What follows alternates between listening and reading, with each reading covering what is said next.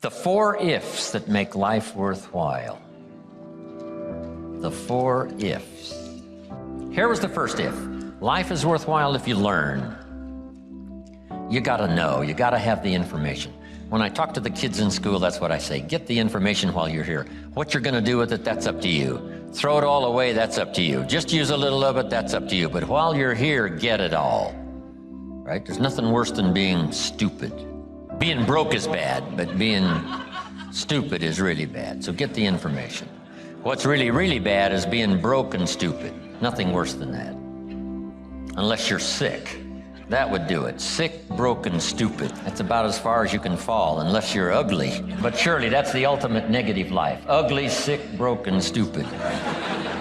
That is it. So you gotta know, you gotta have the information. So jot this down now, as I used in my notes. What you don't know will hurt you. Ignorance is not bliss. Ignorance is tragedy. Ignorance is illness. Ignorance is devastation. Ignorance is going broke. Ignorance creates a poor life. So you gotta know, you gotta have the information. Number 1, learn from your personal experience.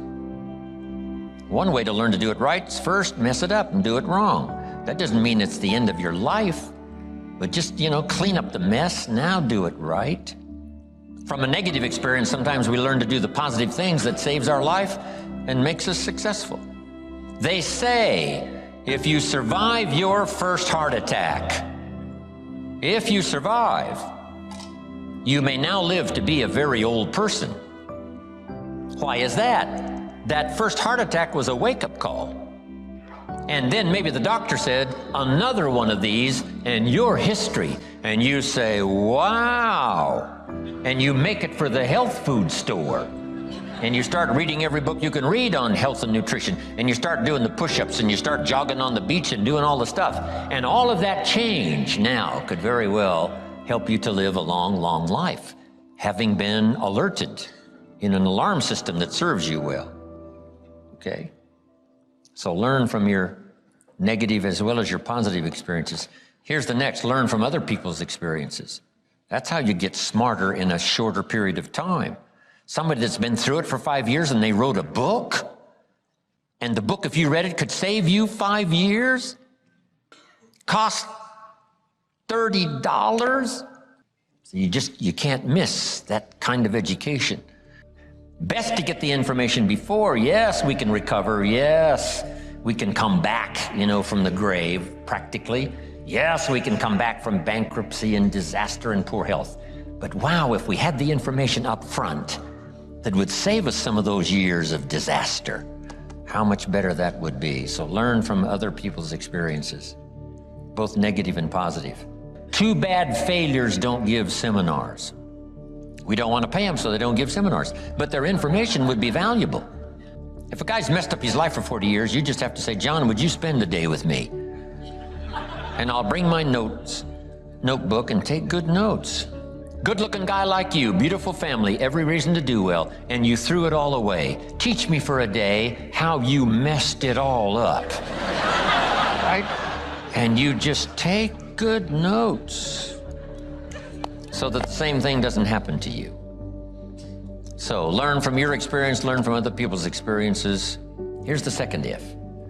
If you try, you gotta now try something from what you've learned. We've talked about that now earlier. Take action. You never know. My father said you never know until you try.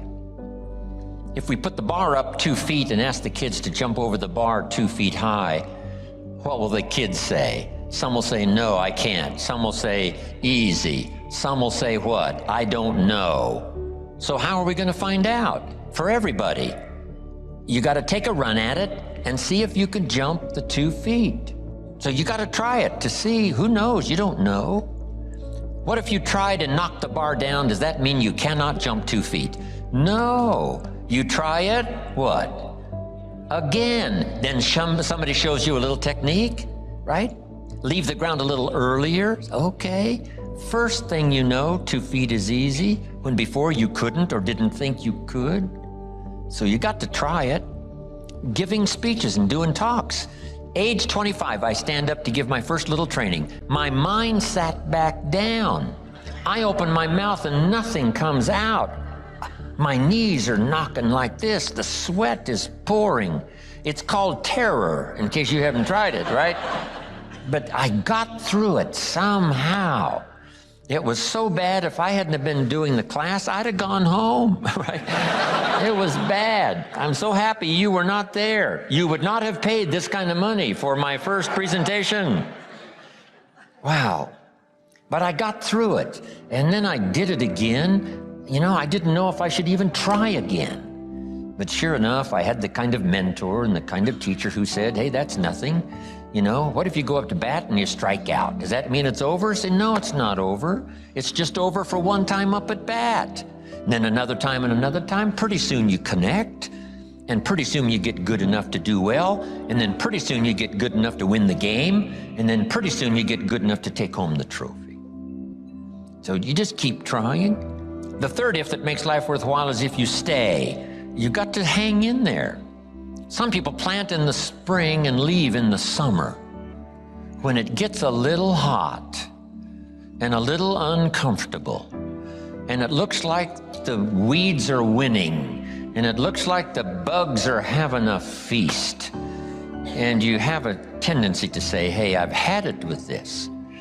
But the key is, if you want the harvest in the fall, at harvest time, you've got to stay through the summer. Even if the harvest doesn't turn out to be good, you just see it through and then use that experience to do better planting in the spring come the next turnaround of seasons. So stay in there. If you're going to play the game, you got to stay until it's over. When you start it, see it through. See the seasons through. Then you don't have to plant anymore if you don't want to. But when you do sign up, go the distance. Here's a guy who builds a foundation and then he walks off and leaves it. Puts up no walls, no roof, doesn't finish anything. He's got these foundations scattered all across the country. Foundations. I asked a friend of mine, I said, Jim, what are you good at? He said, starting over. That's my specialty, right? He said, hey, if it doesn't work, I don't stay long. No, come on. See it through. Life is worthwhile if you stay. Hang in there. Next, life is worthwhile if you care. And for my little talk for the service clubs, here's how I wound it up. If you care at all, you'll get some results. If you care enough, you can get extraordinary results. If you just care at all, you'll get some. But if you really cultivate your caring character and care enough, you can have such extraordinary returns from productivity, activity, things you're doing underway.